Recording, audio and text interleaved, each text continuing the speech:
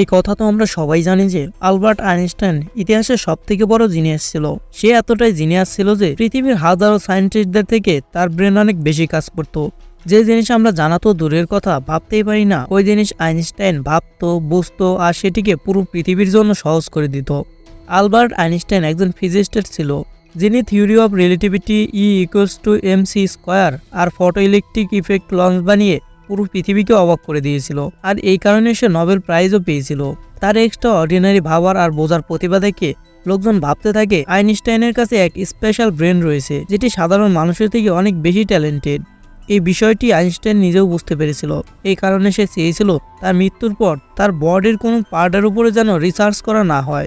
মৃত্যুর আগে আইনস্টাইন এটি বলে রেখেছিল যে আমার মৃত্যুর পর আমার বডিকে যেন জ্বালিয়ে দেওয়া হয়, কিন্তু তার মৃত্যুর পর সেটি হয় যেটির ভয় আইনস্টাইন পেয়েছিল।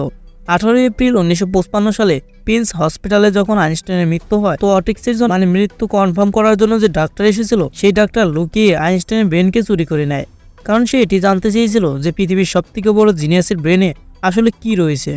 তো স্বাগতম আপনাকে ওয়েট ফ্যাক্ট বাংলা চ্যানেলের আরও একটি নতুন ভিডিওতে। ভিডিওটি শুরু করার আগে আপনি যদি চ্যানেলটিতে নতুন হয়ে থাকেন তাহলে একটি সাবস্ক্রাইব করে দেবেন।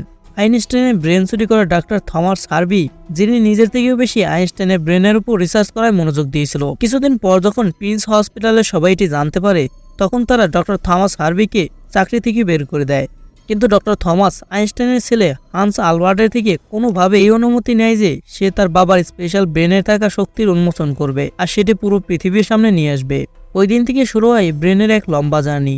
ডক্টর হার্ভি একজন প্যাথোলজিস্ট ছিল। সে শুধু পোস্টমর্টম করতে জানতো। তার মনে এই প্রশ্ন জাগে যে সে এত বড় জিনিয়াসে ব্রেনের উপর রিসার্চ করতে পারবে তো। আইনস্টাইনের ব্রেন, যেটি প্রথমেই ডক্টর হার্ভি প্রিজার্ভ করেছিল, সে ওই ব্রেনটিকে নিয়ে পেনসিলভেনিয়ার এক শহর ফিলাডেলফিয়া চলে যায়, যেখানে সে ব্রেনের কয়েকটি ফটো নেয়। তারপর সেই ব্রেনকে 240টি ছোট ছোট টুকরো করে প্রতি পিসকে আলাদা আলাদা করে প্রিজার্ভ করে রাখে। এই বিষয়টি নিয়ে ডক্টর হার্ভি আর তার ওয়াইফের মধ্যে মাঝে মাঝে ঝগড়া হতো, কারণ তার ওয়াইফ মাঝে মাঝে এটি বলতো যে সেই ব্রেনটিকে উঠিয়ে কোথাও ফেলে দেবে। একদিন ঝগড়া এতটাই বড় হয়ে যায় যে দুজনে ডিভোর্স নিয়ে আলাদা হয়ে যায়, আর ডক্টর হার্ভির ব্রেন নিয়ে কনসেসিয়ার এক শহর ওইসিয়াতে চলে আসে, যেখানে সে একটি বায়োলজিক্যাল টেস্টিং ল্যাবে মেডিকেল সুপারভাইজারে চাকরি করতে শুরু করে। আর সেখানে সে তার ফ্রি টাইমে আইনস্টাইনের ব্রেনের উপর রিসার্চ করতে থাকে। এরপর কয়েকবার সে আলাদা আলাদা শহরে এই ব্রেনকে নিয়ে ঘুরতে থাকে। কয়েক বছর কেটে যায়, কিন্তু ডক্টর হার্ভি আইনস্টাইনের ব্রেনের উপর কোনো আলাদা রিসার্চ করতে পারে না। উল্টো তার মেডিকেল লাইসেন্স ক্যান্সেল হয়ে যায়। তার অবস্থা এতটাই খারাপ হয়ে যায় যে তাকে একটি প্লাস্টিকের ফ্যাক্টরিতে কাজ শুরু করতে হয়। কিন্তু সে প্রথমবার একটি ভালো সিদ্ধান্ত নিয়েছিল। সেই ব্রেনের আলাদা আলাদা টুকরোকে পৃথিবীর বেস্ট সায়েন্টিস্ট আর নিউরোপ্যাথোলজিস্টের কাছে ডিটেল জানার জন্য পাঠিয়েছিল। 1955 সালে আইনস্টাইনের ব্রেন চুরি হওয়ার 30 বছর পর, মানে 1985 সালে প্রথমবার আইনস্টাইনের ব্রেনের উপর একটি স্টাডি পাবলিশ করা হয়। এরপর আগের 28 সাল পর্যন্ত এই জিনিয়াস ব্রেনের উপর পৃথিবীর সকল প্যাথোলজিস্ট কয়েকটি স্টাডি পাবলিশ করে, যেখানে বলা হয়েছিল আলবার্ট আইনস্টাইনের ব্রেন বাকি মানুষের ব্রেনের থেকে অনেকটাই ডিফারেন্ট ছিল। সব থেকে বড় ডিফারেন্ট ব্রেনের কর্পাস ক্যালোসিয়াম নামক জিনিসে পাওয়া গিয়েছে। আমাদের এটি জানা জরুরি যে মানুষের ব্রেন দুই ভাগে ডিভাইডেড হয়ে থাকে। মানুষ যখন কোনো কাজ করে তো সেটি প্রথমে ব্রেনের এক জায়গায় প্রসেস হয়, আর ব্রেন আমাদের শরীরকে সিগন্যাল দিয়ে থাকে। লেফট ব্রেন আমাদের শরীরের রাইট সাইড কন্ট্রোল করে, আর রাইট ব্রেন আমাদের শরীরের লেফট সাইডকে কন্ট্রোল করে। এখানে 90% মানুষের লেফট ব্রেন বলতে, বুঝতে, ম্যাথমেটিক্যাল ক্যালকুলেশন আর রাইটিং মানে লেখার কাজ করে থাকে, আর right brain creativity, art, musical skill সহ অনেক কাজ করে থাকে। এখানে আপনাদের মনে প্রশ্ন আসতে পারে এগুলোর সাথে কর্পাস ক্যালোসিয়ামের সম্পর্ক কি।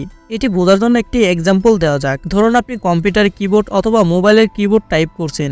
এখানে আপনার দুটি হাতেই টাইপিং করতে বিজি। কিছু আলফাবেটস আমাদের সোজা হাত টাইপ করছে আর কিছু উল্টো হাতে।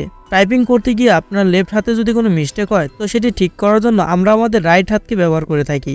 এটির মানে হলো যখন আমাদের রাইট ব্রেনে মিস্টেক হয় তো সেটি লেফট ব্রেনকে ফরেন সিগন্যাল দিয়ে ওই মিস্টেককে ঠিক করে।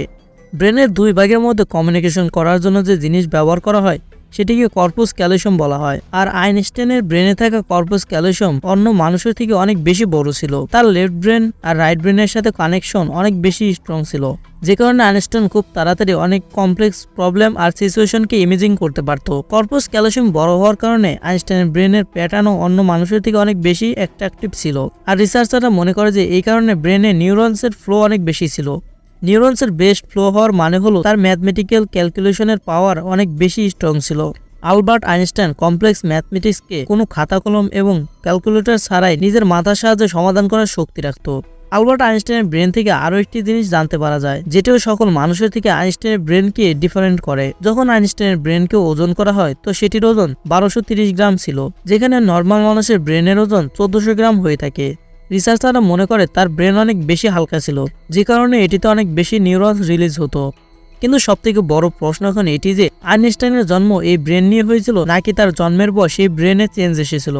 সায়েন্টিস্টরা মনে করে যখন আলবার্ট আইনস্টাইনের জন্ম হয়েছিল তখন সে পুরো 5 বছর কথা বলতে পারেনি, যেখানে নর্মাল বাচ্চারা 2 থেকে 3 বছরেই কথা বলতে শুরু করে। যখন সে কথা বলতে শুরু করে তখন সে বেশি কথা বলতে পছন্দ করতো না, সব সময় নিজের ভাবনায় ডুবে থাকতো। তার কাছে কোনো জিনিসকে মেমোরাইজ করার শক্তি অনেক কম ছিল, যেখানে তার সিম্পল ম্যাথ টেবিলকে বুঝতে অনেক কষ্ট হতো। সে ম্যাথ আর নাম্বারকে লজিক্যাল পদ্ধতিতে সলভ করার মাস্টার ছিল, যেখানে তাকে মনে রাখতে হতো না। স্কুল জীবনে আইনস্টাইন সকল সাবজেক্টেই ফেল করতো, শুধু ম্যাথ আর সায়েন্স এই দুটি সেই সাবজেক্ট ছিল যেগুলোতে আইনস্টাইনের নাম্বার সবথেকে বেশি আসতো।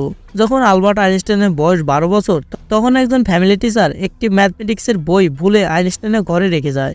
আইনস্টাইন একদিনে পুরো বই পড়ে সেটিকে নিজের মতো করে বুঝে ফেলে। শুধু এইটুকুই নয়, 14 বছর পর সে ইন্টিগ্রাল আর ডিফারেন্সিয়াল ক্যালকুলাসের মাস্টার হয়ে যায়। ম্যাথ আর সায়েন্সের উপর তার এতটাই জ্ঞান ছিল যে যখন সে স্কুলের টিচারদের কোনো প্রশ্ন জিজ্ঞেস করার জন্য হাত উঁচু করতো তখন প্রফেসর ঘাবড়ে যেত, কারণ আইনস্টাইনের করা প্রশ্নের বেশিরভাগ উত্তরই টিচারদের জানা ছিল না।